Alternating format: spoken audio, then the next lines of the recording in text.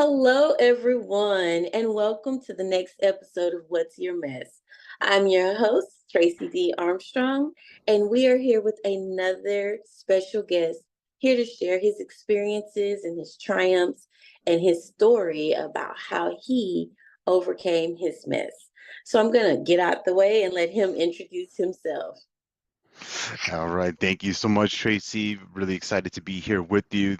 And thank you for inviting me to this platform, inviting me to share with your audience. My name is Alex Dumas. I'm raised, born and raised in New York, and I'm a North Carolina native now for the past 7 years. And what you see here right now is someone who's a coach, someone who's a speaker, someone who's an author, someone who's a global movement leader. I've been blessed to work with phenomenal corporate leaders and entrepreneurs and train them and help them develop to become what I call win-win communicators. And this has been my life since 2018, but it's easy to see this now, all the impressive things. This guy's head coach of the Black Executive Man. He's a partner with Black Leaders Worldwide, part of the Black Speakers Network, vice president of BIPOC Coach Collective, right? All the banner stuff. But underneath that, and as we can get further in this episode, I'm going to share with you that it wasn't always like this.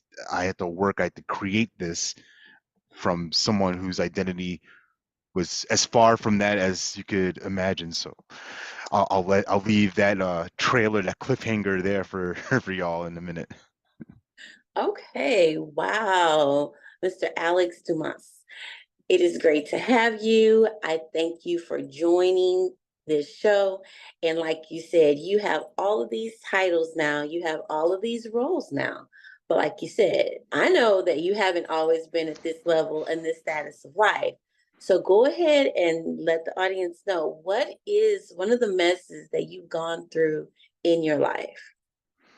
Yeah, I think the majority of my messes have come from the first real mess in my life, and I'm gonna express it this way, not to judge myself, not to punish myself, but this is just what I experienced as a young boy. So somewhere around 5, 6 years old, it was just a normal day in my house growing up. I grew up on Long Island, so I'm just regular suburban life, right? Just enjoying my day. And I came across this photo in our family sitting room, and it was a family portrait. So it's my father, my mother, rest her soul, my older sister, and my older brothers. And this thought hit me. I don't know what, this moment, epiphany, whatever you want to call it, because I recognize, hey, I'm the youngest of four kids, but yet only see three, right? Three of my siblings there. And I made a decision right then and there on the spot, right? A lightning bolt, if you want to call it that, where I had this belief of I don't exist. I'm not here. I'm not important, right? I'm looking on the floor. I'm trying to see like where am I, right?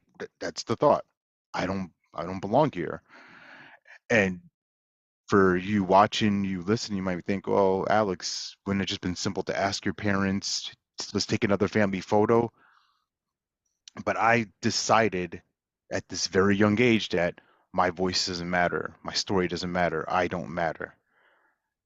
What's the point of me even asking, right? Like it can really literally feel like like almost like a grip on my throat, like being strangled, like the words choked out of me. I couldn't express it, and it, that moment, that day, set me up for a lifetime of being disconnected from people, of believing this permanent story of like this is just how I am.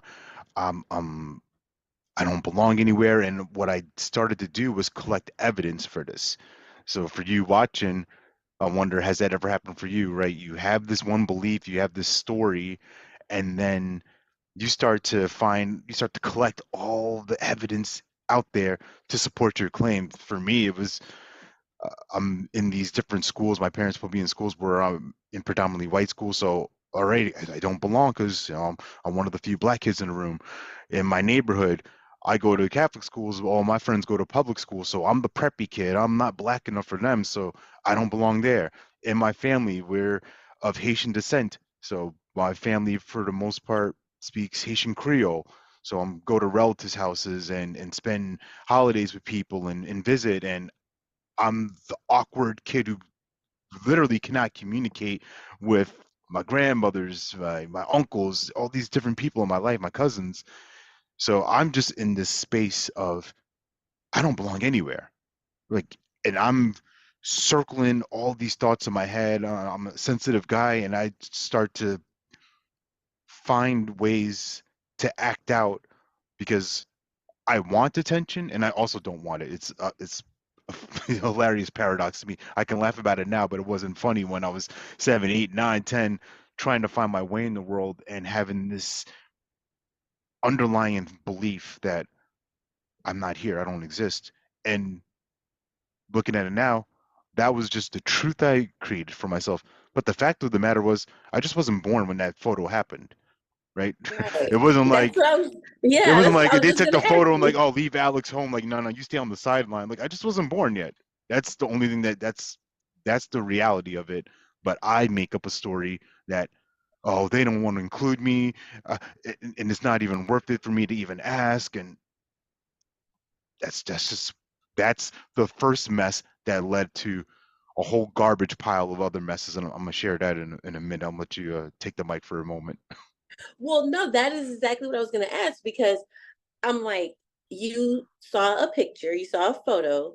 Based on that photo, which was taken before you were even born, Yeah, all of these thoughts, all of these stories were created based on this photo. And those thoughts stemmed into all of these other situations in life and how you felt about yourself. Because that's what I was going to ask. I'm like, how did that affect you mentally? And then, like you're saying, other things came out of that, other messes piled on after that. yeah.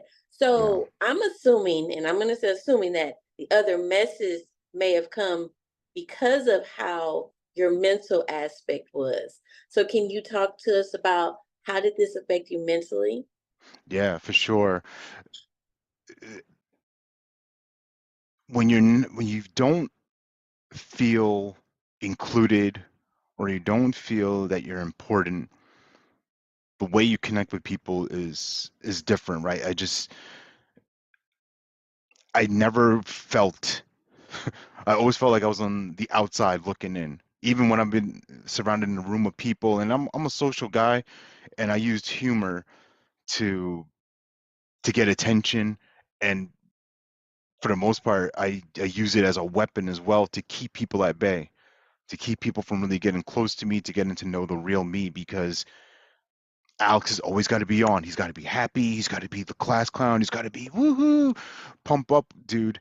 And if people saw like beneath that layer, right? I like to use this quote from Shrek, like ogres are like onions. There's layers to them.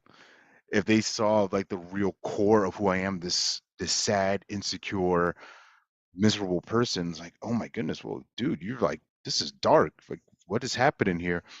And I found a little bit of reprieve through sports. I started playing football as a 11-year-old, 12-year-old, and I started to build an identity there. Like, oh, I love winning. I love being with teams. I love being with people and competing. And I talk about this in my upcoming book, or a book I co-authored called A Journey of Riches, The Power of Self-Discovery, that I retired when I was 15 because I found this new obsession. I found drugs.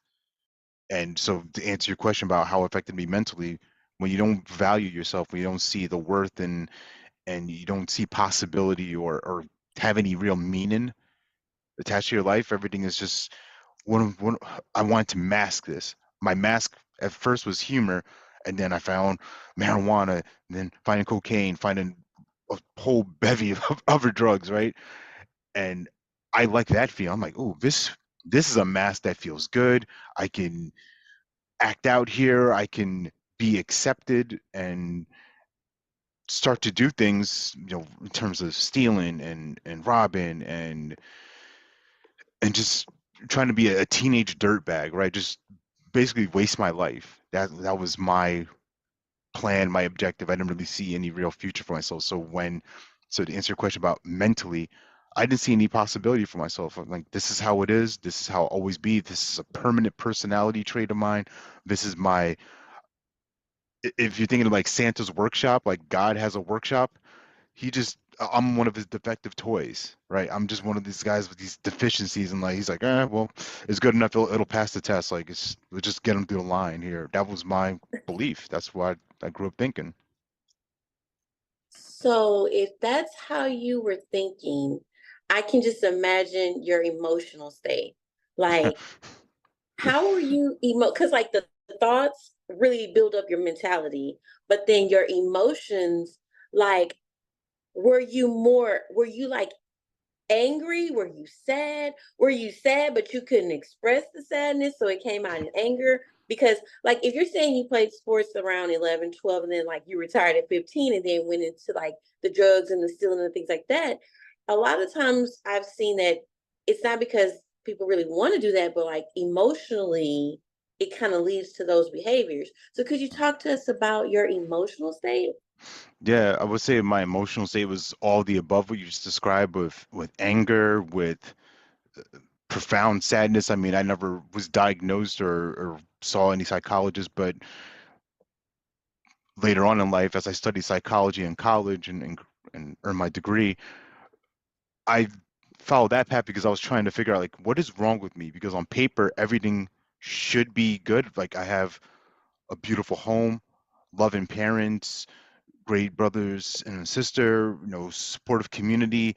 Um, I have my health, I have my wits about me. Right, I'm not disabled. Like I have all these advantages, but yet I'm miserable inside. I can't connect with people. I'm always insecure. I'm just high strung. I'm like very anxious, and that's where I use these different drugs to medicate and try to figure out, all right, how can I just be normal? How can I just fit in and make my way in the world? So emotionally, I was a train wreck, and I would write a lot. Writing was my real way of expressing my true thoughts and just sharing who I thought I was at the time, and some of the ideas. Maybe I could do this one day, right? I would always hold on to like that little belief, like, man, but what if I could do this? But my confidence was so low, I couldn't talk to girls. I never hung out with people outside of my little excuse me, never hung out with anybody outside of my little drug circle. I didn't talk at home.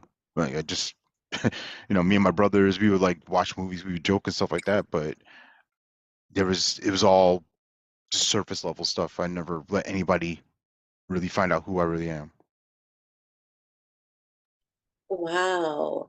And I can just imagine, I'm like thinking about this as far Mm. as like being a teenager and the emotional state.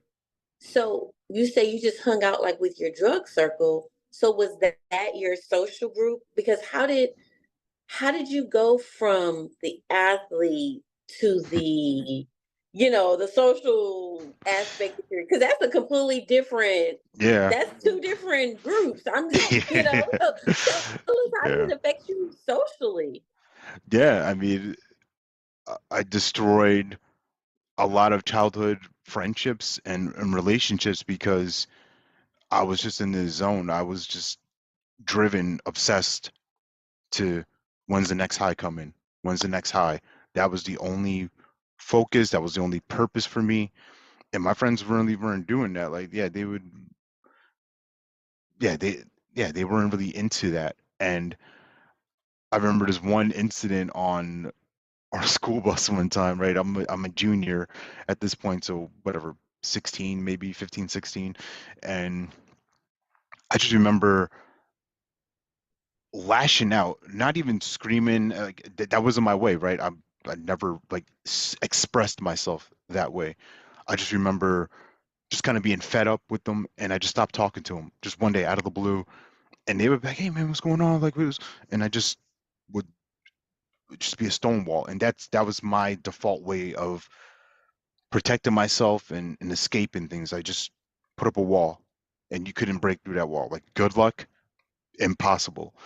And yeah, socially, I mean, I was friendly with people. Like I said, I was popular, but I never, I was, there could be a group of people, say like 5, 10 people just standing in a circle, and I just kind of show up and I'm just an awkward guy, just standing there not saying anything, and then I can like disappear and nobody would notice. So at that time it was difficult because like, oh man, nobody notices anything, but like it actually gave me an advantage because like I can go to any room. I can now as a entrepreneur, I can show up anywhere, be comfortable with anybody. But back then I was like, oh my God, like I'm an awkward teen, all these hormones are raging, I have these ideas, I have these thoughts, uh, I'm I'm mad at the world. I'm mad at myself. I have no guidance. I'm not asking for help, and I'm trapped with all these thoughts.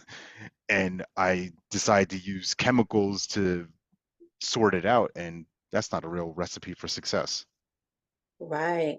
And so with all of that, because I'm just thinking, like you're still at home with the family, right? Yeah, And like yeah, you said, on paper, everything looks like you should be like on top of the world, right? yeah. So how did all of this affect like your status of life during that time?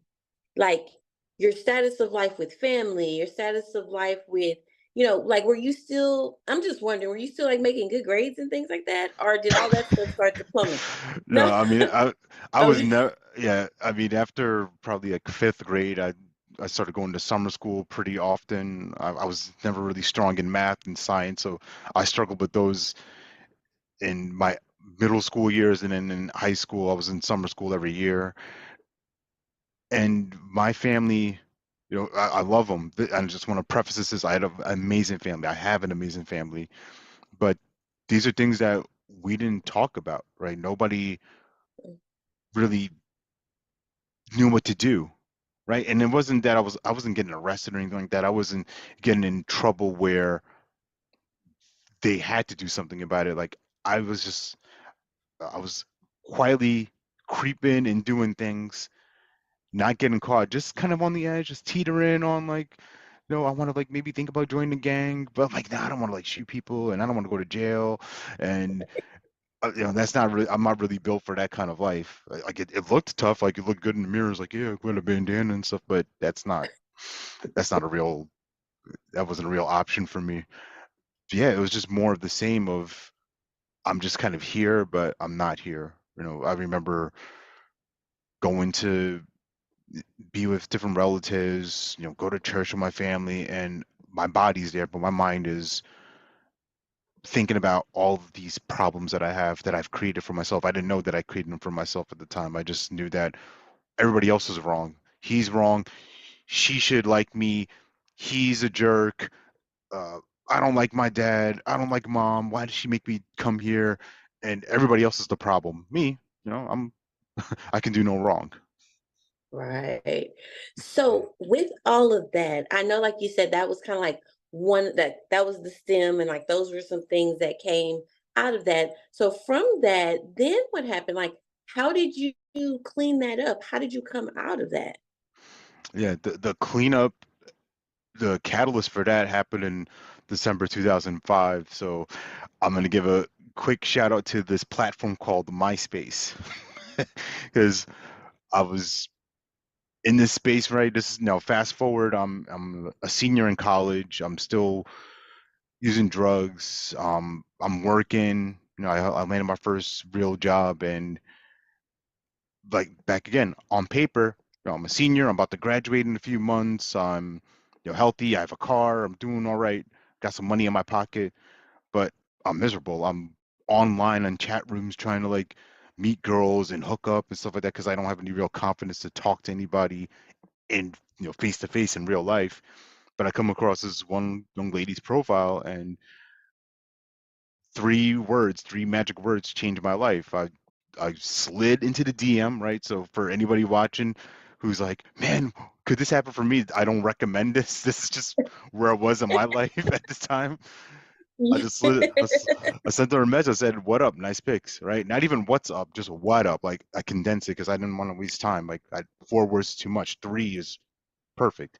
What up? Nice pics. And she responded back, and we started talking, started hanging out, and eventually, January 2006, we became an item, and we've been that ever since. My wife Sarah, she, I tell her like this, like she really saved me because she shared she showed me that I could do more than what I was doing. Right? She believed in me. She challenged me. I didn't like that at the time. It still can be uncomfortable in moments, but she believed in me so much, and that started to shift my mentality, my identity of maybe I could, right? That little voice in my head that I've always had of, what if I could do this? What if it's possible? And I would suffocate that voice younger, but then I started to live into it. I started to see possibilities, and I have this philosophy that if you can see it, you can be it. If maybe I can do more, maybe I can achieve, maybe I can produce and contribute. And it was just this slow, gradual process of doing that. So she was an essential, crucial for that, along with the work that I've done on myself, and then seeking mentorship and seeking coaching. And you know, I put this all in a paragraph on this conversation right now, but this is years and months of working and developing and growing and becoming a father. Definitely impacted that too, of recognizing, okay, I have to really make these long lasting changes for myself. I can't put band-aids on these anymore. I got kids to raise. I got to make sure that I'm here for them, not only just physically, but mentally, emotionally as well. That's right. That is so right. So from MySpace in 2005, Yeah. that's when everything kind of started to turn around. That is so that you know, that is so awesome. Like when you said it, literally, I had a conversation with someone a couple of weeks ago about does that like actually work? Like when people like just say, "Hey, what's up?" or "Nice fit," and and you're I'm a saying this, and I'm testimony. I'm like, proof. it Yeah. worked for you. Like somebody actually, I'm over here Listen, cracking up. yeah. Listen, That is, it's timing is everything, because I'm in this space of addiction to drugs, pornography. I'm a mess. I'm a hot mess, and my wife is getting out of a domestic abuse situation. She's got an avalanche of challenges, but this is how God works. He puts two broken people together and he says, "Hey, you guys kind of work it out and start to assemble and fix each other." That we're not that there's anything wrong with this, but like we need to heal. We need to find each other to heal each other. mhm, mhm. That is so awesome. Yeah. So, with that being said, because it wasn't just that, because I heard you say, it was also like you found some mentors, but it was changing the mindset, changing how you thought about yourself, and actually not suppressing those what ifs anymore. Yeah. So, what advice would you give to the audience or someone that's listening that may be going through that same situation? Because I do want to go back, Hmm. all of this stemmed from a photograph where you looked at it, you didn't see yourself, you felt invisible, and then all these other things came out of that, right? Yeah, that's it. I How, mean, yeah. yeah. What would you tell someone who may be feeling like that or going through that? Hmm. I would invite them to ask themselves different questions. So what I would say is my life as BC before coaching, the questions I would ask myself were sounded like this. Why is my life this way? Why can't I have this? Why doesn't she like me? Why is he treating me wrong? Why is the world, how could this be? Like, where is God? Right? These are the questions I'm asking myself, and this is over and over. This isn't just a one time, like, all right, no, why is it like this? No, all day. This is the rewind button in my head. Oh, why did I do that? Well, I'm so stupid. Why didn't I say that when? So those are the questions I'm asking myself. On the other side of that, you, I started to look at asking myself empowering questions, questions that open up possibility, questions like, what do I want to create from this situation? What? Mm, Huh? What's available to me? Who can help me? What if I did this and stayed committed to it? This opened up a whole new spectrum for me, because I didn't recognize that I didn't value the power of choice that I had. Like I said several times, I thought this is how it is. This is how my life's going to be. I'm just going to, especially in my culture, right? West Indian, Haitian culture, go to school, get a job, right? This is the MO. And I'm like, all right, this is what I'm gonna do. Just follow the machine. And Right. you start thinking about like what to create. Like, what do you mean create? That's um you do what you're told. You don't talk back. You don't think for yourself. You don't deviate from the plan. But I guess this photo is just a snapshot of my mentality because I'm just wired different. I it's very difficult for me to follow the path or follow the straight lines.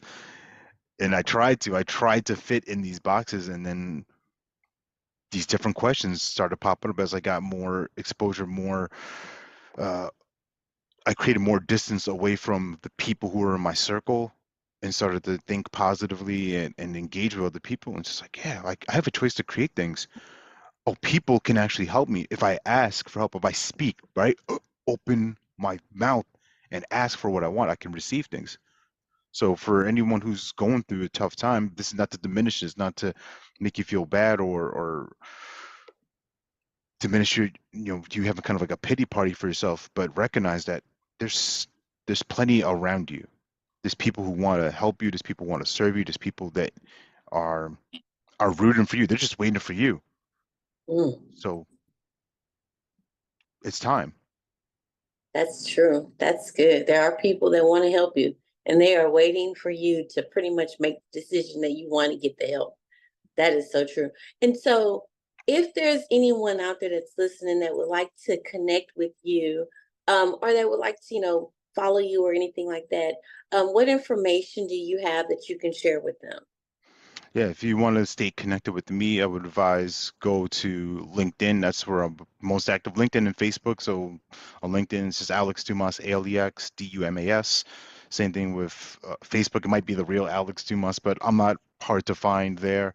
And you can tap into my website, alexdumascoaching.com. That's another way to find me. I have plenty of free goodies I give away from my daily podcasts called Love Serve Care is a 3-minute daily podcast and other interviews I've been a part of and some other audio programs that I've recorded and that just serves as inspiration and some different tactical tools to improve your life.